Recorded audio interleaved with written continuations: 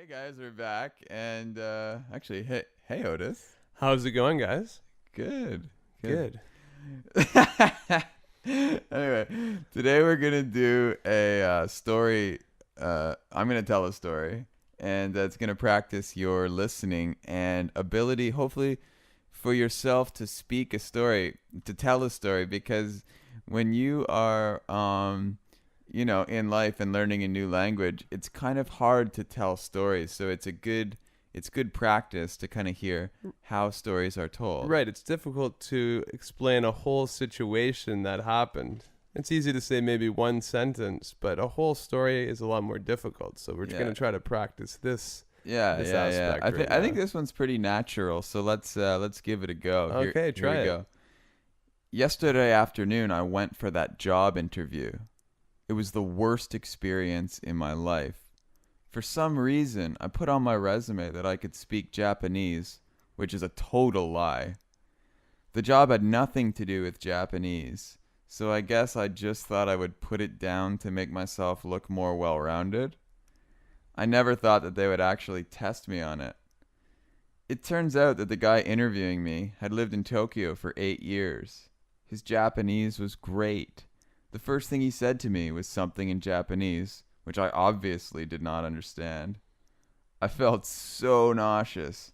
I had absolutely no idea of what to do, so I just replied in English, "Hey, your Japanese is pretty good." He said, "Thanks, but what about you? It says here on your resume that you can speak it." I said, "Oh? That must have been a typo." Okay, good. So that was an interesting story. It sounds like that person really got caught doing something they shouldn't have, right? They say don't get caught with your pants down. Right, you definitely shouldn't do that. That means don't get caught in a lie. Right. Or don't Yeah. get caught in a situation that you don't want other people to see you in. Yeah, so you lied and you got burned. Right. You got burned for the lie. Right. You got caught. Yep. Not good. Not good. But anyway, hey, he tried it. He Whatever. did. Sure. It can happen. Okay, let's go over some of the language points now in this the story that you told. Yeah. First one we've got is for some reason. I said, for some reason, I put on my resume that I could speak Japanese. Right. You just decided to do something for a reason you didn't think about it before. You just did it without thinking. Yeah, usually it's like a stupid thing that you do, right? And you just say, for some reason, I don't know why I did that, but there must have been a reason. Right. You did it, so there must have been a reason. Yeah, right? but for some reason, I don't know what it was. All right, can you think of any examples for some reason? Yeah, this is a good example that's happened to me before. It's because I wasn't thinking. You're never thinking. Well, I don't sometimes. I was on a date with a girl, and she asked me how I look, and for some reason, I told her that she looked terrible in her clothes. So she felt very embarrassed. She didn't really want to talk to me anymore, and the rest of the date, we just sat in silence. What? That is unbelievable. Well, yeah, it happens. I mean, if you... Never tell a girl that she doesn't look good, even if it's true. I know, it's a lot of times if you don't think she looks good, he goes, "What do you mean you don't look good? How could you not look good?" Right? Exactly. You ask a question. You don't answer the question. You get away from it by asking other things. Yeah. Okay. Let's move on to the second thing. At the end of that sentence, I said, I'll start it again. I said, for some reason, I put on my resume that I could speak Japanese, which is a total lie. Right. A total lie here just means that it's completely untrue, 100% false. Yeah, right? It's nothing is true about it. So your Japanese sucks. It's awful. Right. You might not even be able to speak a word. Right. So it's a total lie. Mm-hmm. Right. Nothing is true about it. Good. Let's move along to... Well, let's talk about things. If it's not a total lie, you might say that you embellished a little or you stretched the truth. Like in a resume, often you act like, you're a little bit better than you are. It's not a total lie, but you try to make yourself sound pretty cool and pretty smart. Right. You want to make yourself sound as good as you can without completely lying anyways, right? You don't want to completely lie, which this guy did. Right. It's But not a good idea. but Okay. embellishing, you stretch the truth. Like you say, I was leading a team of workers when actually you weren't really doing that. Or- You were just kind of hanging out. Well, and also when you're telling a story, it's more interesting if you tell your friends a story that's more exciting than it actually was. For example, I might say, "Oh, we had the best time ever last night. So many people, everyone was talking to us. We were so cool. It was amazing," right? But it probably wasn't actually quite that good. Yeah, you try to make yourself sound pretty cool. It's more interesting that way if you say it like this. Okay, anyways, let's get moving on here. And another thing we talked about, you mentioned that it was obvious that you didn't understand, right? Yeah. Let me read that sentence again.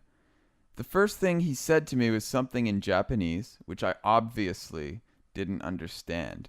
So I'm using obviously here because earlier on in the story I said I don't understand any Japanese because it was a total lie. Mm-hmm. So now it's very obvious, it's very clear to the people listening. Right, to the listener, it's very clear to the listener that it's obvious to them that you didn't understand anything. Right. So I'm giving them I'm saying the word obviously to let the listener know that I know that they're not stupid and they understand, right? Exactly. Okay. All right. And then I said I guess that the reason was cuz I said for some reason and then I don't know the reason, so then I had to guess at the reason and I said I guess the reason I wrote that I could speak Japanese was because I wanted to seem more well-rounded. Right. You wanted to seem like a person that was good and knew about many different things. You weren't just focused on one area. Maybe it would show that you had more of an international, worldly view on things, right? If you could speak a few strange languages. Yeah, so well-rounded is